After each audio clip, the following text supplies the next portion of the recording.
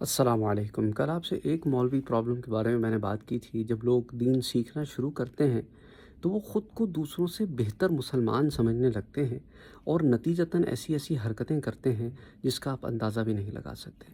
ایک اور مولوی پرابلم کے بارے میں آپ سے بات کرنا چاہتا ہوں۔ مولوی پرابلم میں اس لیے کہہ رہا ہوں کیونکہ لوگ اپنے ذہن میں اپنے آپ کو بہت زیادہ دین والے سمجھنے لگتے ہیں اور سمجھتے ہیں کہ دین انہیں جو سمجھ میں آیا ہے وہ ان لوگوں کو سمجھ میں نہیں آیا جو ان کی نظر میں ان سے کم ہے۔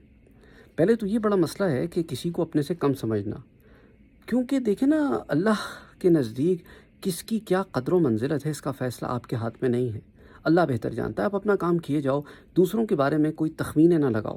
آپ کو تخمین لگانے کے لیے نہیں بھیجا گیا ہے، آپ ان پر داروغہ بھی نہیں ہیں۔ اگر آپ کو کوئی چیز بری، ظاہراً کوئی برا کام کرتے ہوئے نظر آئے تو اسے اچھے طریقے سے منع کرنا، یہاں تک تو بات ٹھیک ہے۔ اس لیے تو قرآن کریم میں دین کا جو کام ہے نا، وہ اس کی جو لوگوں کی اصلاح ہے اس میں بھی کہا ہے کہ مصلحت کے تحت اس طرح اصلاح کرو کہ واقعتاً اصلاح ہو جائے۔ لیکن انفارچونیٹلی ہمارے ہاں اصلاح کرنے کے بجائے چیزوں کو اور بگاڑ دیا جاتا ہے۔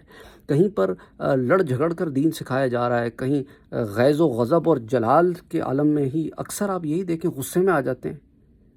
لوگ کہتے ہیں کہ یار یہ کہاں آ گیا، یار یہ اس نے کوئی پسوڑی پانی ہے، کوئی پسوڑی لگائے گا، یار کوئی مسئلہ کرے گا۔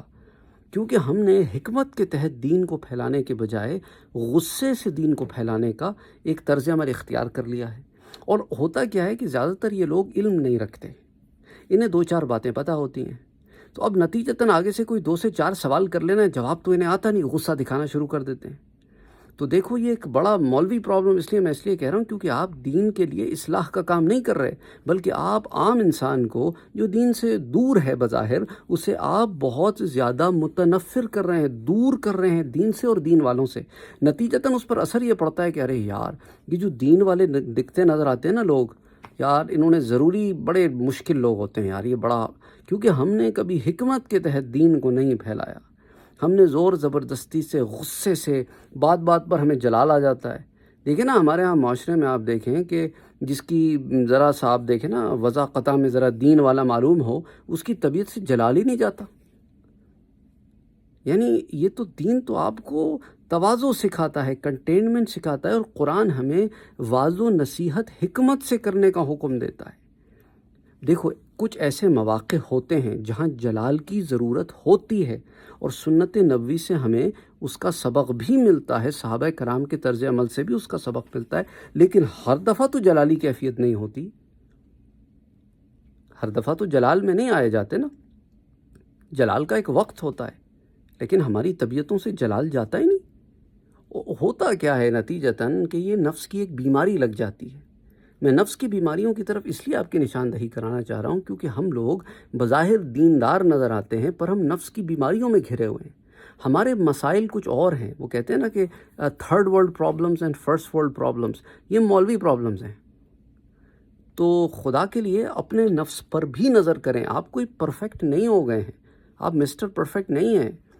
تو آپ مسٹر پرفیکٹ نہیں ہے تو اس کا مطلب ہے کہ آپ کو بھی ضرورت ہے اس چیز کی کہ کوئی آپ کے اندر کسی غلطی کی نشاندہی کرے تو بجائے اس کے کہ آپ اس پر چڑھ دوڑیں اور بگڑ جائیں، آپ اس کی طرف نظر کریں کہ ہو سکتا ہے یہ بظاہر بہت زیادہ وضاقتہ میں دیندار نہ نظر آنے والا شخص بھی تو انسان ہی ہے نا۔ جس طرح میں پرفیکٹ نہیں ہوں وہ بھی پرفیکٹ نہیں ہے، تو ہو سکتا ہے میری کوئی غلطی کی اس نے نشاندہی کر دی ہے تو اس سے میں چھوٹا اور یہ بڑا نہیں ہو جائیں گے، ہم دونوں انسان ہی رہیں گے اور مل جل کے معاملہ چلتا رہے گا۔ کسی کو دیکھو نا، اس طرح اگر بات چلتی رہے تو کوئی مسئلے کی بات نہیں۔ ہم سمجھتے ہیں کہ ہم اوپر آ گئے ہیں اب دوسروں سے، تو اب ہماری غلطی کی کوئی نشاندہی کر دے تو بس ختم ہوگی بات۔ ایسا تو ہو ہی نہیں سکتا۔ اور تم کون ہوتے ہو میری غلطی کی نشاندہی کرنے والے؟ تم نے اپنے آپ کو دیکھا ہے؟ ہم یوں چڑھ دوڑتے ہیں اور معاملہ وہیں دھرا کا دھرا۔ تو یہ بیسک چھوٹی چھوٹی باتیں میں کیوں بتا رہا ہوں آپ کو؟ ہو سکتا ہے آپ میں سے کچھ لوگ کہہ رہے ہیں کہ یار یہ کیا باتیں کرتے رہتے ہیں، انہوں نے یہ کیا نیا طرز عمل شروع کر دیا ہے کہ بس ہمیں باتیں نہیں، میں کچھ ایکسپیرینسز سے اور آپ لوگوں کے سوالات سے اور اپنے مشاہدات سے، اپنے ایکسپیرینسز سے آپ لوگوں سے کچھ باتیں شیئر کر رہا ہوں، اور مقصد یہ ہے کہ ہم سب مل جل کے، اگر کسی طرف کی کسی ایک آدمی کا رجحان نہیں گیا تو دوسرا آدمی اس پر کام کر لے والی بات ہے۔